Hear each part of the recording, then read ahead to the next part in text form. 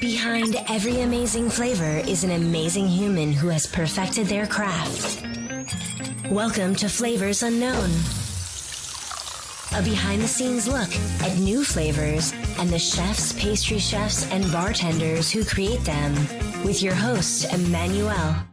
Hey there, Emmanuel LaRoche here. Welcome to another episode of the Flavors Unknown podcast. Thank you very much for tuning in today. Every other week, I interview chefs, pastry chefs, and bartenders to discover their secrets behind the scenes. This is episode 13. And as usual, you can find the show notes on my website, flavorsunknown.com. Click on the episode page. Today, before I introduce my guest, I would like to put a listener into the spotlight.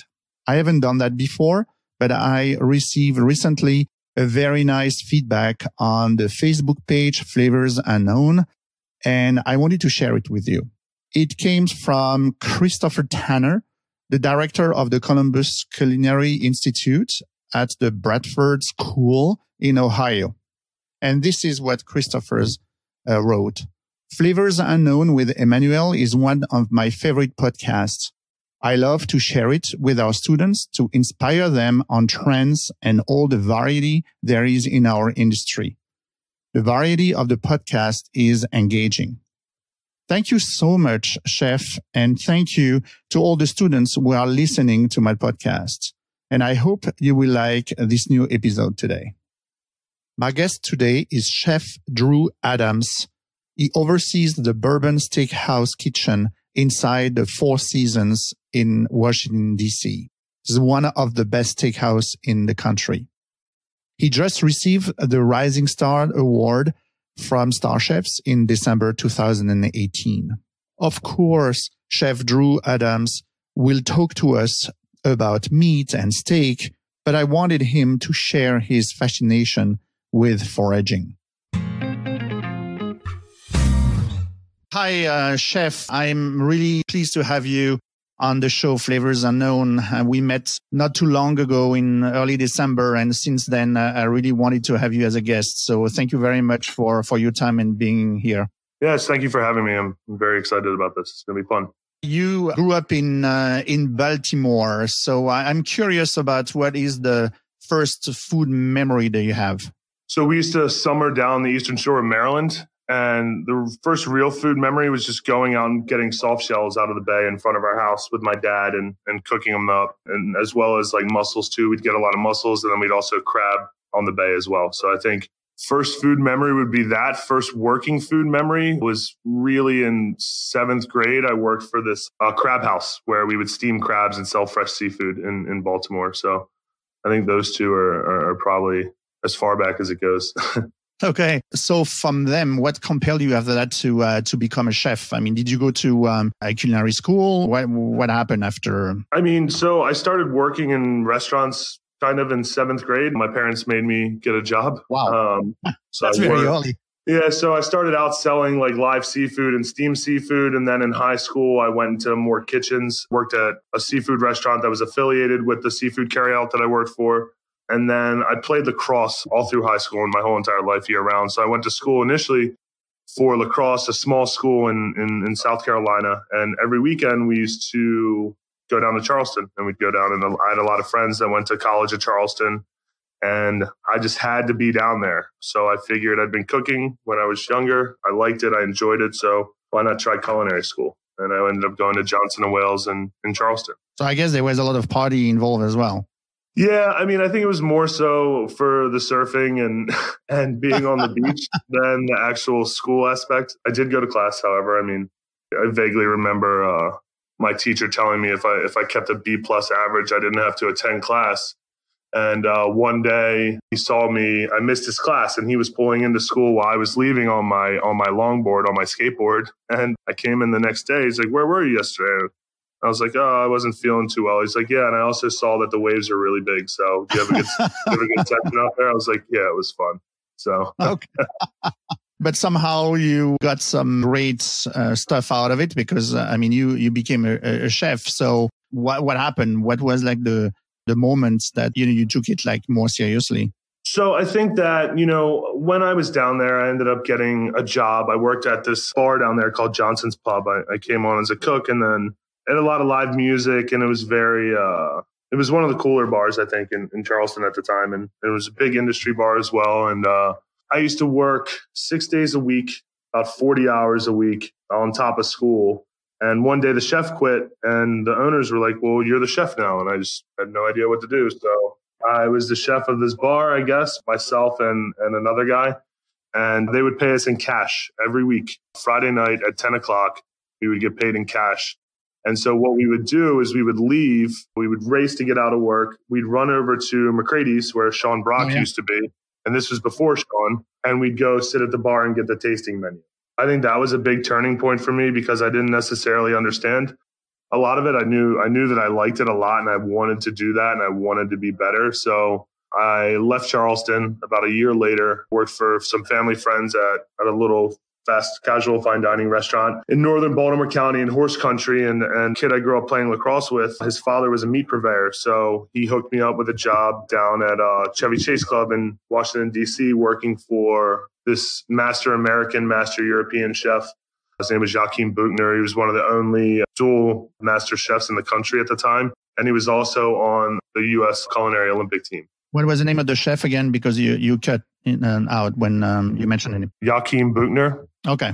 So what was the other, I would say, influential mentors that you had, throughout the beginning of the career? I think one of the people that I got along with the most probably with Jeremiah Langhorne at the Dabney. Sometimes in your career, you don't have to talk to people and you know what other people are thinking. It was kind of nice. I think he's one of the best chefs in the city, if not the best chef in the city. He's done an incredible job for the city, and his restaurant is still my favorite in the city. And he's just a phenomenal chef. I think, working with him, it was the hardest job I've ever had in my life. I wanted to be there 100%.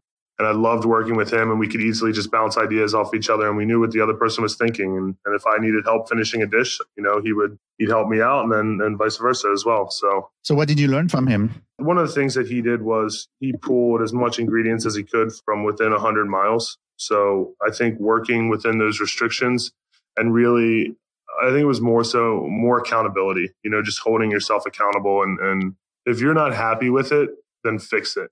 Don't just settle for anything less than perfect. I mean, you're never going to be perfect, but I think, you always strive for perfection. Any other chefs that comes to your mind? I worked for this French restaurant in DC called Marcel's, and then I left. I came on a couple weeks after the opening of the Jefferson Hotel in DC, and they opened this super high-end restaurant called Plume. And the chef that came on there, his name was Damon Gordon. He worked for Alain Ducasse, worked for Michel Roux, worked for some incredible chefs. And at that time in my life, I needed to be more precise with everything I did. And I think that's what he taught me a lot of, precision and how to make everything look as perfect as possible.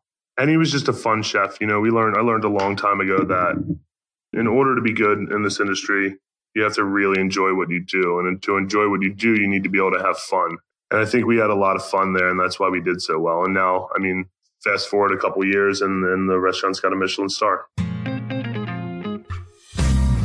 So now you are the chef at the Bourbon Steakhouse in the Four Seasons in Washington, D.C., which is interesting because it's a steak, steakhouse. Steak is in the name of the restaurant. So how do you keep your creativity fresh and still hold true to the imperative of a steakhouse? I think for us and being a cook or a chef in the industry, we all like eating steaks. And, when it comes to things like that, we just start cooking things, we like to eat cream spinach. I love eating cream spinach with steak. I think it's incredible. And as far as being creative, what we usually do, or what I do, I'll order a lot of ingredients, seasonal ingredients, and I'll just order them without any dish in mind. We just get them in just so we can start that creative process. And I know that I'm not going to waste an ingredient. We're not going to throw anything away. So it kind of forces our hand to use it. And that's how we try and stay creative. That and going to farmers markets, and I go to the farmers market every single weekend. And as far as steaks go, it's very straightforward. One of the things we learned that when people come here, they want to eat steak. Obviously, it's in our name. So we started off when I first got here. We started doing we had a lot more entree dishes on. I was putting more entree dishes, but I found that obviously it's a steakhouse, and I learned that everyone wants to order steak, and it's very rare that anyone will get a composed entree dish other than a steak. So we focus more on our fish preparation. So we have 2 fish dishes on the menu currently. We're going to ramp it up come this spring. And then all the dishes that we wanted to do turned into like our hot apps. So that's where we kind of get to have fun with it. Our hot apps. And then also we have a slightly different menu at the bar. One of your first job was to, shake up the menu and, of the steakhouse. So can you describe a little bit what was your approach to it and keeping some of the staple dishes, from the menu that you said consumers want to, find when they are in order, when they're in a steakhouse versus like new dishes and, do you do things different for lunch or for weekends? I'm just curious. I think when I first started, one of the things I noticed that the menu had about 32 steaks on it. And as the weeks progressed, I came on in July about a year and a half ago. And as the weeks progressed, I noticed that we weren't selling a lot of these steaks. And unfortunately, we were using them for staff meal or giving them down to our or just trying them. We couldn't keep up with it. So right off the bat, within the first month, I cut the menu in half as far as steaks go. So we dropped down to about 18 steaks, and then I narrowed it down a little more. Now we fluctuate between like 14 and 16. I felt like that was a good number. That was a good way to keep our costs in line. We use everything that we have, and we don't run out of anything. I mean, we've gotten down a pretty good system, and it works. We essentially just blind tasted all the steaks that we get. I mean, we brought in new purveyors, brought them in side by side. I mean, what I needed was essentially I needed a lower end price point, I needed a middle price point, and then I needed a higher end price point. And we put the steaks in those price points that we felt were the best. So I think that was very difficult for us just to narrow that down. And I'm sure some people, got upset about it. There definitely used to be a lot more steaks offered here. But in order to control it better and really concentrate on the best product we could get, I felt like that was the best way to go about it. As for lunch, our lunch crowd, we're in a unique location. We're not necessarily surrounded by a lot of office buildings. I think if we were 10 blocks closer to the city center, I think we do a good lunch business. The hard part for us is that we're kind of further away. So when people come to dine here for lunch, they pretty much have an hour, to eat from more or less almost the time they leave their office till the time they get back to their office. So we need to be able to get people in and out 30, 40 minutes at the most. So we wanted to put on dishes that we could execute very quickly and things that we could push out just so people could get back to work in time. Did you explore interesting new, I would say luxury, high-end steak profile, when you revamped the menu? We did. We were using this company called 7X out of Colorado. We just used their ribeyes. It's a domestic Wagyu. We were just using their ribeyes at the time. We do a fillet of rib. So we do 4 cuts from them now. So we have a bone-in tomahawk. It's a short tomahawk. It's only about a 4-inch bone.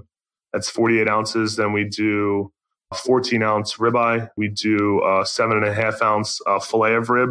And then what we do for the fillet of rib is we take all the caps off of the ribeye, and then we put them together and we cut steaks out of that. So we actually have a rib cap offering as well, which is arguably the best piece of meat I've ever eaten in my life. And this company 7X is probably the best steak I've ever had. I haven't found a steak that's ever beat it. Then we introduced New York strip. Their strips are a little bigger, so we found that cutting regular strip portions out of it where you cut it perpendicular to the steak. If you split it long ways and then we cut bigger chunks out of it, we call them pavés.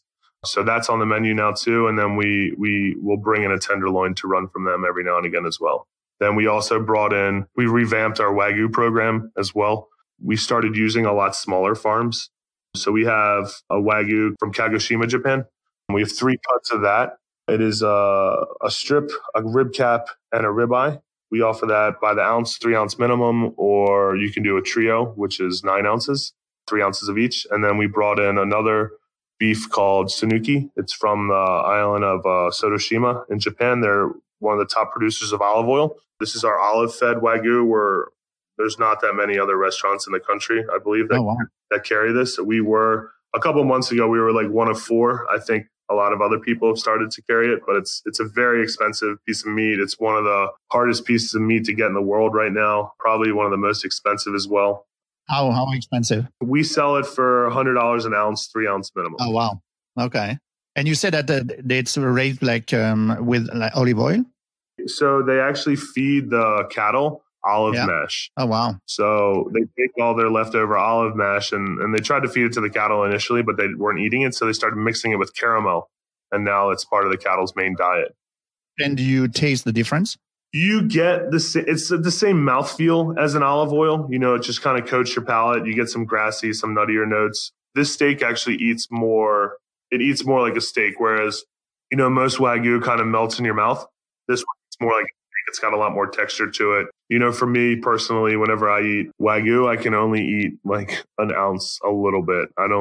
It's a lot. It's very rich. So I prefer this steak even more just because it eats more like a steak. And then we got one other one. It's called Hokkaido snow beef. We were running it a couple months ago. We're going to bring it, or a couple weeks ago, we're going to bring it back. So they raise it in Hokkaido and they raise a lot of it during the winter. So it puts on a lot of fat for insulation. And so it's unbelievable. It's just almost all white, the meat that we get in. So a lot of times we get some of these Wagyu, and there's another one called Sendai too that we've got in. So a lot of times you get in these cuts of Wagyu and you'll look at it and it'll be red with white dots or white striations of fat. With these two, more so I guess the Sendai, it's white with like red dots and like red like meat striations. It's pretty wild. They're both very, very rich though. And I think we were selling them for about 80 an ounce, 3 ounce minimum. And did you have the chance to go to Japan? We've talked about taking a trip. We've just been so busy lately that it's been hard. So revamping the menu, and obviously it's not an easy task. So, and I'm curious if you have any tips for people that might be listening and are facing the same challenge. You always cook the things that you like to eat a lot better than anything else. So we started talking to people about what they like to eat. You know, I opened the menu up to my whole entire staff because at the end of the day, I can make all the dishes I want, you know, but it's our guys that are executing them, you know, so ultimately it falls on them. It's just my job to make sure it's right when it goes out. So I don't need all the credit for anything. I just want us to do very well as a team, you know, so we kind of opened up the menu to our whole entire staff. And obviously we'll go through it and tweak some of their dishes, but a bunch of my staff have put dishes on the menu that are great dishes, you know, and I think that, you know, like one of the things I wanted to put on when I got here that I couldn't believe we didn't have on here, you know, I'm from Baltimore, so I put on a crab cake, and it's a very good crab cake. I'd like to think it's one of the better ones in the city, and everyone who has it loves it. But it's things like that, you know, it's when you cook from your heart and you cook things that you like to eat, they always come out that much better. And when you empower your staff to do so as well, you know, then they take pride in it, and they're never going to let their dish go out incorrectly, you know. So I think just empowering your staff and doing the things that you like to eat. So I would like to understand a little bit your creative process and where your inspiration, you know, comes from. In the morning, like I said before, I'll order a bunch of products and just get random things in that kind of forces my hand. So every morning I usually go into the walk-in and see what we have, and I start from there. I can conceptualize a menu, but I always feel like it's forced when you do it. Like I have ideas of what I kind of want to do, but it needs to be more so hands-on for me. Like I'll conceptualize menus for the future, and then, you know, when I go to execute them, I end up changing them anyway. So it's just easy for me to, you know, start off in the walk-in. You know, on the weekends we go to the farmers markets, and then weather permitting, I'm usually out in the woods as much as I can, you know, out there foraging. So I think my creative process has a lot to do with nature and just things that I see outside, things that, and just going to restaurants, like I said before, that like things that we like to eat. You find yourself cooking more so like that, you know? So you're talking about, you know, foraging, and obviously we are going to come back to this topic because it's a very important one for you. But you have, you know, a dish that use one of the product that you find when you're foraging, which is a pow pow. And can you describe a little bit this dish and as well the creative process behind it? You know, one of the cool things about DC and Northern Virginia, into Maryland and Western Maryland and up into Southern Pennsylvania, we get this fruit. It's called a pawpaw. It comes out for about 3 weeks to a month out of the year. It usually starts anywhere from mid-August to beginning of September, but you can, if you're not out there every day looking at it, you can easily miss it. And so what it tastes like, it's kind of like, it's a green fruit, probably about 1.5 to 2 inches in diameter, maybe about 3 to 4 inches long, depending. Similar shape to like a jelly bean. And it tastes like mango, banana, avocado. It's one of the northernmost tropical fruits in the United States. And over the years, I've just kind of become obsessed with it. So I've been looking at this chef in France named Cedric Rollet, incredible pastry chef, but he does all these fruit dishes. Like he does all these dishes that mimic fruit. So he'll do like a strawberry that's, stuffed with a strawberry mousse. He'll spray paint it and it'll look 100% like a strawberry. He'll do a peach dish that looks exactly like a whole peach or a pear or an apple. So we wanted to do something similar. So I got together with my pastry chef. Her name's Chelsea Spalding. And I told her what I wanted. So we started conceptualizing this dish. What we did was we found this company that makes silicone molds. So we got them to make us a jelly bean mold. And then we cast the mold out of white chocolate. And then we stuffed it with pawpaw mousse, pawpaw chutney, and some candied hazelnuts. And then spray painted it to look like a pawpaw, so green and white and bits of black. And then we put it on top of some chocolate soil on top of pawpaw ice cream. We put a nice little stem and a leaf on it as well. And we went back and forth with this dish for a long time trying to get it down. And we finally got it. And then unfortunately, our season ended here for pawpaws. So we had to pull them from northern Maryland, southern Pennsylvania. And this was the first time that I'd really, sometimes when we get pawpaw here, they taste a little vegetal, but these ones, the ones that we get here have like an orange flesh, kind of similar, like an orangish yellow, like a banana mango color. And the ones up north are white and they're a lot more vegetal. So flavors of sweet potato, squash, a lot more earthy, a lot more on the savory side. So we got them in, we started working with them, and we very quickly had to kind of pull the dish off the menu just because I don't think people wanted to eat that savory for dessert. For dessert, yeah. But is that there's a way that there is enough, let's say, production of pawpaw and is it possible as well to preserve it? That you can use it longer. Yeah, we tried preserving it. Unfortunately, we didn't get ahead of it that much this year, just because it's very hard to get. It's not easy to get. If I'm not going, because I work here at the Four Seasons, and because the law states that you're not supposed to really forage anything and bring it in. Fortunately, I have a lot of good relationships with a lot of local purveyors that have foragers, so I just buy a lot of the stuff through them. Whereas at some of the more privately owned restaurants, we would just get like backdoor drops from local foragers. I mean, just like everyone does.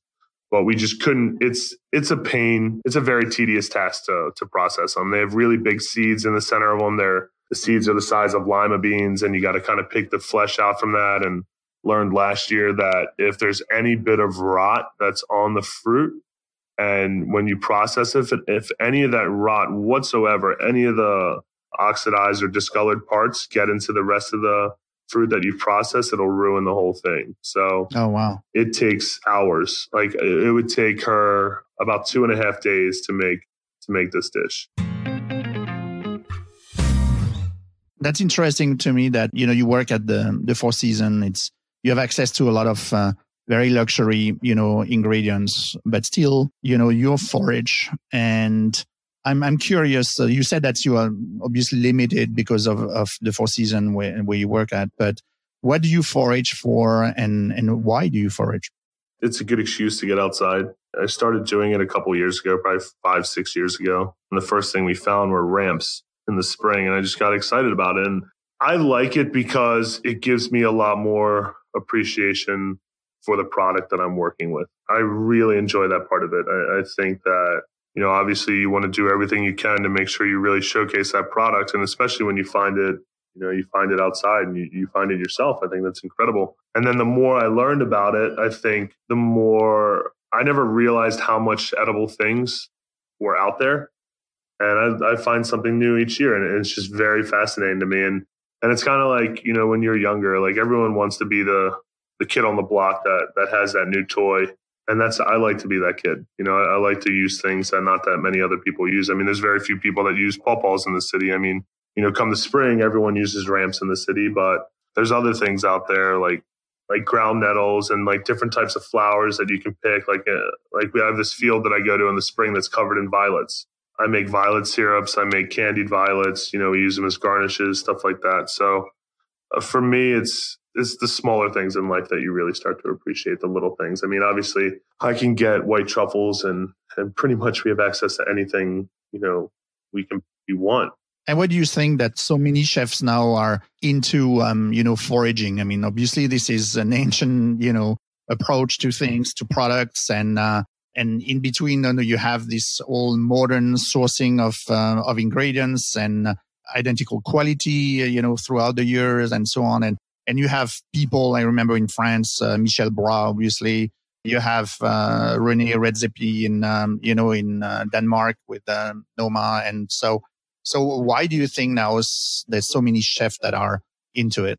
Yeah, I just think it's because it's just like I said, these a lot of these products aren't necessarily readily available, So if there's something like, like these, we get like wild persimmons here, and you can't really buy them. Like we can go out and buy Hachia persimmons or Fuyu persimmons. They don't even compare to the persimmons that we have that grow locally here, and they'll dry out on the tree, and it tastes like eating candy. Like it's unbelievable, and it's just the products that just aren't readily available. I mean, there's 50, 60, 100 different things that I can go out in the woods and find that I can't buy from a local purveyor. And I think that's really trying to figure out new techniques and just use new products. I mean, I'm sure they'll catch on, and people started cultivating pawpaws now. There's a couple farms around here that actually cultivate pawpaws, which is kind of neat. But a lot of these things that grow out in the wild, you can't necessarily cultivate. So how do you make sure that everything is safe and so on? Because that foraging obviously can be dangerous, and not all plants and mushrooms are good for humans, and sometimes it could be as well against the law. So how do you manage that? I mean, I have friends that have property around here and up in Baltimore too, where we can go out and look. I mean, it's against the law to forage in national parks. And there's a lot of national parks that are along in DC and along Maryland, Virginia border. And we'll go out there to learn more about ingredients. But I think for me, it's more so if I'm not 100% sure I know what it is, then I'm not going to do anything with it. I mean, there's a couple times where, and I don't suggest this to anyone that's listening, but I'll put some stuff in my mouth and chew it and not ingest it, see if it tastes all right. But you never end up at the hospital? No, I haven't. I mean, I got sick off, I ate some mushrooms when I was a kid and got really sick long time ago. It was 30 years ago. But that's the only real time I think I've actually gotten sick from something. But if I don't know what it is, and if I don't know what it is, I'll go home, I'll look it up, I'll try and research it and see what it is, see if it is edible. I mean, I think the hardest thing for me is I love mushrooms. There are so many different types of species out there that I'm good with like 4 of them, 5 of them maybe. And each year I learn about more. I mean, obviously, morels and chanterelles grow here. I actually had some porcinis growing in my front yard this year, which was pretty wild. Wood ear mushrooms, maybe chicken of the woods, hen of the woods, stuff like that. I mean, anything, oyster mushrooms, anything outside of that, I don't really touch. But I mean, fortunately for us here, we have, I have this local forager that I will meet up with sometimes, and he'll teach me a lot more about a lot of the things that grow in the area. And then I keep meaning to join. There's a mycological association here in DC that I've been meaning to join for a long time, but they do a lot of foraging walks and a lot of classes on mushroom identification. And I know that you're organizing as well foraging excursions that you call foraging and feasting. Can you talk to us a little bit about this? Sure. So what we do is to anyone, preferably couples, it's about $600 for you come meet us at the hotel. We give you a little snack and a nice refreshing drink, usually some sort of green drink, kale, and just something to get the blood pumping and the energy. And then we go for a walk. We take a car up to one of my spots and we go out for a walk for about 2 to 3 hours, see what we can find. Usually what I'll do is I'll go out the day before just to see how the area is, and I'll contact some of my purveyors so we can get in some of those products that we're going to be looking for. And then we come back and we do a dinner. We do a tasting menu dinner of things that we found. Oh, so you're like using really like the product that you foraged, and then you turn this into a menu? Yeah, we'll turn it into a meal. So we'll do a 3 to 5 course meal out of it. It's a lot of fun. The hard part, I think, is, sourcing those things I know I'm going to find, or the things I find the day before, making sure that my purveyors and their foragers can get it. That's the hard part. And obviously this is seasonal. So when do you start this in the season, and when do you stop offering those foraging and feasting? The best time obviously is spring. I think we have a couple booked up for the spring already. I would suggest probably late April, early May. That's a really good time. And then going up till about June, end of June, when the berries start coming in. And then it kind of slows down a little for July and August, and then back up in September, October, and weather depending into November. Okay, I have to put my name on the list here. Yeah, I really want to experience this. We talked about it last time. I said, just come down. We'll just go out. I'll show you a bunch of things. Yeah, absolutely. Can you give us an example of, some of maybe the dish that you have done during those 4 or 5 course tasting menu? Maybe like the one that you did in the fall? Sure. We did one of the dishes that I really enjoyed a lot. We got some oyster mushrooms. We made an oyster custard. And then I found some maitake mushrooms as well. So we did some grilled maitake mushrooms with an oyster custard, a little bit of white soy, and some chive oil. And it was crunchy and fatty. And it's one of the best dishes that I've done. It's one of my favorite dishes that I've done. Another dish that we did was the paw dish, which was really cool when it was still sweet. And then we do a lot of we have this tartine here. We do a house-made goat cheese ricotta. And we use all the freshly foraged greens and stuff that we find out. So we'll do flowers and nettles, and it's seasonal. So it's really cool. And we rotate it every quarter, more or less, or depending on what we get in for the day. So that was another dish that we had on there as well. And then I had some preserved ramps from last season. And we did a little ramp chimichurri for one of our Wagyu steaks that was delicious. Really helped it out because it cut through a lot of that fat that we talked about previously. So if there's any interesting new culinary trends that you are excited about? The fermentation, I think that's the way to go right now, or preserving. I'm really excited about that. And I think when we spoke last time, our mutual friend, Brad DuBois over at LA, he's really kind of, I think, leading the charge on that in DC. He's doing some phenomenal things at his restaurant. It's really awesome. New techniques, new ideas, new concepts. And I have a lot of appreciation for that. And especially when Renee Redzepi and David Silber just released their fermentation book as well. I think a lot of people are starting to go into that, but it's hard and it's dangerous. Yeah. So got to be careful. So if there is, new chefs or people that are into culinary schools that are listening, what would be the best tip that you could give someone getting into the industry? I would say, one, know what you're getting yourself into. It's a lot of work. I think shows like Top Chef, and while those shows are great, and a lot of these culinary shows that have come out, they're great shows. It sometimes gives a false impression of what this job entails. It's not always everyone wants to be a celebrity chef, and it's not like that. You have to, it's a lot of work. It's a lot of hard work. It's a lot of hours.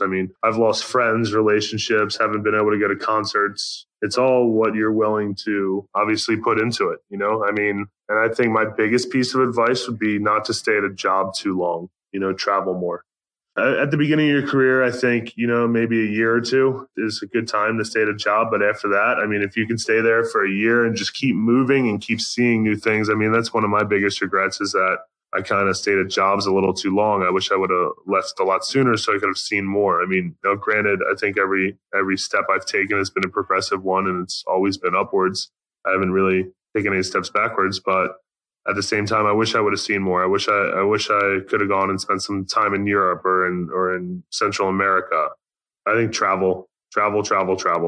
save your money and travel as much as you can. So we're almost at the end of the interview, Chef, and I want to ask you a series of rapid fire questions. So where do you hang out after work in Washington, D.C.? Sure. We have this bar right up the street in Georgetown called Clyde's. We go there a lot. That's where my whole staff goes. So, what would be your favorite food city to visit? I love New York just because it has everything that you want. I think it's a lot of fun to visit. For me, probably Switzerland or somewhere in Switzerland or maybe in Bavaria in Germany. Why Switzerland?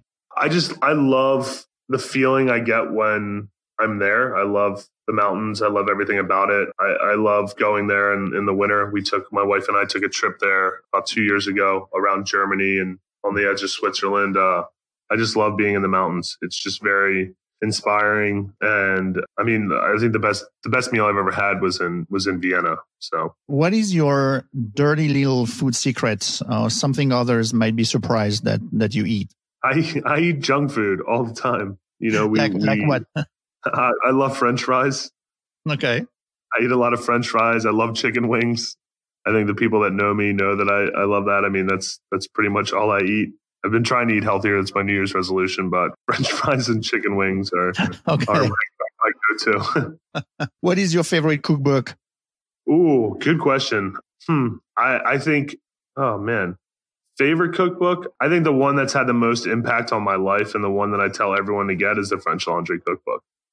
It's one of the first cookbooks I got. I've read through it 100 times, tried to make almost pretty much every dish or everything in that book. And I think that's the one that had the most impact on my life. And then I bought a Linea shortly after that, or a couple years after that. And I didn't know what the hell any of that stuff was. So it took me a while, but then I started to appreciate that a lot more as well. So I think French Laundry Cookbook. I think every cook, every young cook should. I tell everyone in my kitchen to buy that book right away. Can you give us the main reason why Washington, D.C. should be considered a culinary destination for traveling foodies?